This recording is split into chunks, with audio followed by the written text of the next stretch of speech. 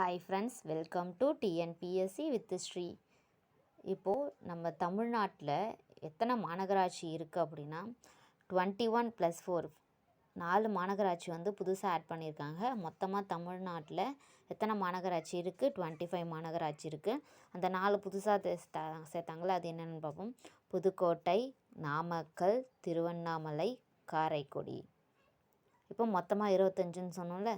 First one Chennai, Kovai, Trichy, Madurai, Salem, Tiruppur, Tirunelveli, Erode, Vellore, Cuddalore, Karur, Thoothukudi, Nagercoil, Kanchipuram, Sivakasi, Hosur, Thanjavur, Kumbakonam, Dindigul, Tambaram, Avadi தான் அந்த கடைசி 21ஓட நிப்பாட்சி. அந்த 4 வந்து புதுசாக சேர்த்தாங்க.